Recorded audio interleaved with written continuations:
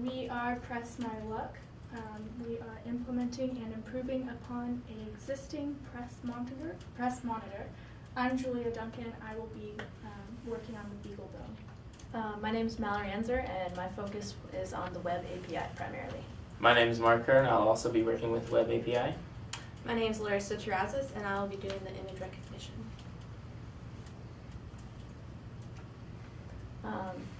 So there was a need for this project because a lot of people press their own ammunition. In the long run, it's more cost effective that way. But because they're doing it up to like hundreds of times, there's a lot of room for error. You could put in too much gunpowder or too little, and that could cause misfiring and personal injury. And so there is a lot of room for human error.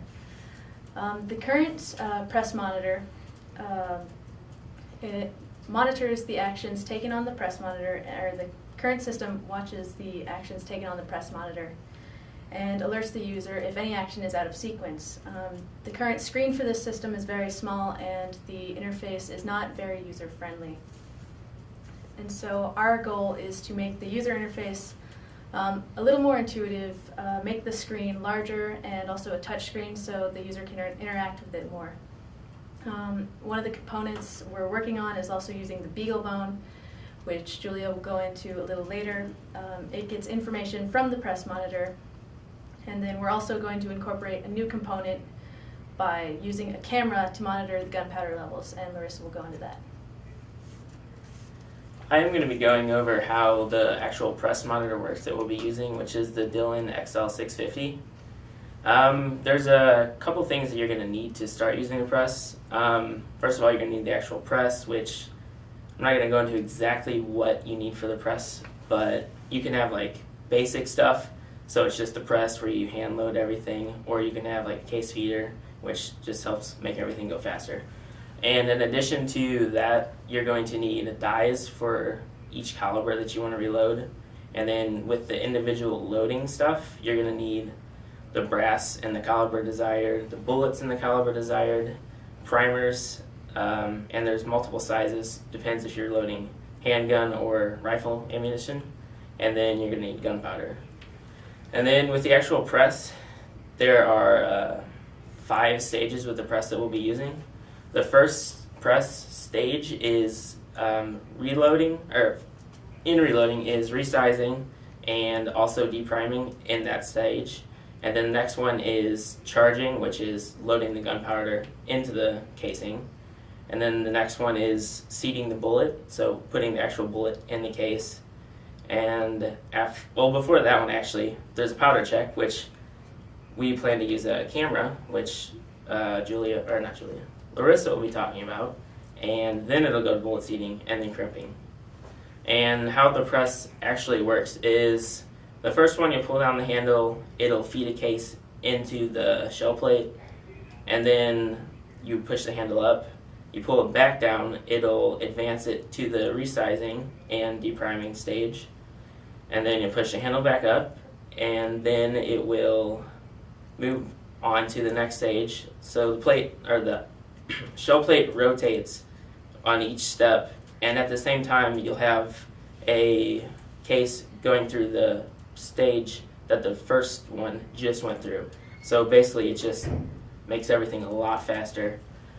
Once it is resized and deprimed, it goes to the the ammo charging stage, and so you pull the handle down, it'll go up into it, it'll get charged, you push the handle back up, it'll come down and rotate, and then it'll go to the powder check, which the camera is going to observe whether the gunpowder load is right or not and be decided if it's correct or not.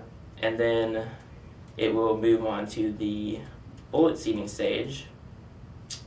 And then you will put the bullet in, pull the handle down, it'll go up, it'll seat the bullet in the case, pull it down, and it's good. And it will go on to the crimping stage. From there, you pull the handle down, it'll go and be crimped, and push it up, it'll come back out, and you have a finished round. And upon that, it will be ejected from the shell plate into the finished product tray. And next. Alright, so like we said earlier, we're improving upon an existing press monitor. Press monitoring can help prevent injuries, it can help tell if you are out of sequence during your operation. This catches mistakes such as short stroking, forgetting to rotate the shell plate, or any out of sequence things that can happen. It can save you from a double charge, a squib, or a light charge round. How it works is there's 3 sensors. One sensor goes on the handle so that it knows when it goes up. It also has another sensor so it knows when it goes down. And then the third sensor is on the rotate shell plate so it knows when it is rotating. Along with alerts, it can show various statistics for you, like a round counter, how long you've been using the press, how many rounds per hour you've been making, the remaining rounds that you have, and the powder measure that you're using for every round. Another feature that is pretty cool about it is a reminder feature, so it can remind you when you need to do maintenance checks, remind you when your powder's low, and even a friendly reminder to let the user know that you need to take a little break. Alright, for our project we chose to use the beaglebone. The beaglebone is a credit card sized Linux computer. It's generally more powerful and capable than its competitors. They are open sourced, so it makes it easy to learn and implement. Some features of the beaglebone is that it has a built-in networking, so it has onboard Ethernet connection, and with this feature it'll allow us to host our own web server on the board itself. The beaglebone can support multiple programming languages. You can write it in any language that is most comfortable with you. We're going to be using C, C++, JavaScript, and similar things. Another feature of the beaglebone is that it can run much of Linux software that's out there, which should allow us to save webcam pictures if we choose to take pictures of like the powder levels in the casing, and we can store those on the server as well. The reason we chose to use a beaglebone for our project over an Arduino or a Raspberry Pi is because the beaglebone is a great combination of some of the interfacing flexibility of the Arduino with the fast processor and full Linux environment of the Raspberry Pi. It has good input and output features and can easily connect to the network, so like I said, we can host our own web server on it. And the beaglebone can run everything on its board itself instead of having to hook it up to a computer like you would with an Arduino.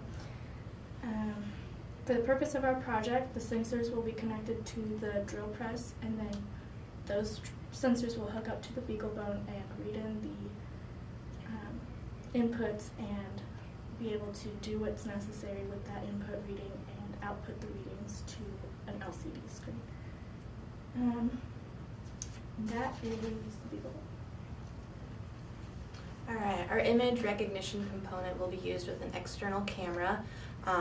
We're going to be using OpenCV for this. OpenCV stands for Open Source Computer Vision. It's a real-time computer vision algorithms that are written in C++. It also offers other languages like Python, but we decided to go with C++. It's free for use under the open source BSD license. The library is cross-platform and it focuses on real-time image processing. We will have 2 main functions that will help us determine the gunpowder level. The first one is match template. Takes in 4 parameters. You have an image, a template, a result, and a method. The image is compared to the template, so the template will be the correct gun level. The result is whether it matches or it doesn't, and then the method is the type of algorithm that we will get from the libraries to use to determine whether it's a match or not. Our other function that will be helpful is a canny function. There's 6 parameters for this one. There's an image, edges, the threshold 1, threshold 2, aperture size, and an L2 gradient. This function finds edges inside the image, so it can find the edge between the gunpowder and the casing. It puts it into an input image that marks those edges and then outputs it so that using the canny algorithm to tell you exactly where the dimensions are of the edges. Another component of the project is the Web API, which is a set of requirements that controls how software or applications communicate with one another. And we had the option of creating our own customized API, but because of time constraints that didn't seem feasible, and also we ran the risk of putting forth a product that could be unreliable. So instead we decided to use an existing API that served a similar function and to save more our resources. So we will be going with the libbulldog API, which is a Java API, and it features several important functions for our projects, such as platform independence, so we can use different operating systems. It also features memory mapping, which is a feature that allows us to access files that would otherwise be too large to handle. And it also allows us to bring in analog data using pulse width modulation. And so we're going to be using the Bulldog API between the beaglebone and the LCD screen. With testing and data collection, the data relating to the sensor reloading will be provided by Matthew Dickinson, because he is the owner of our press monitor. The sensors are mounted on the reloading press in the areas wished to be observed, which, like Larissa said earlier, will be handle up, handle down, and rotate of the shell plate. The camera will be aimed at the casing to monitor the level of the gunpowder, and it will throw an error if it's too high or too low.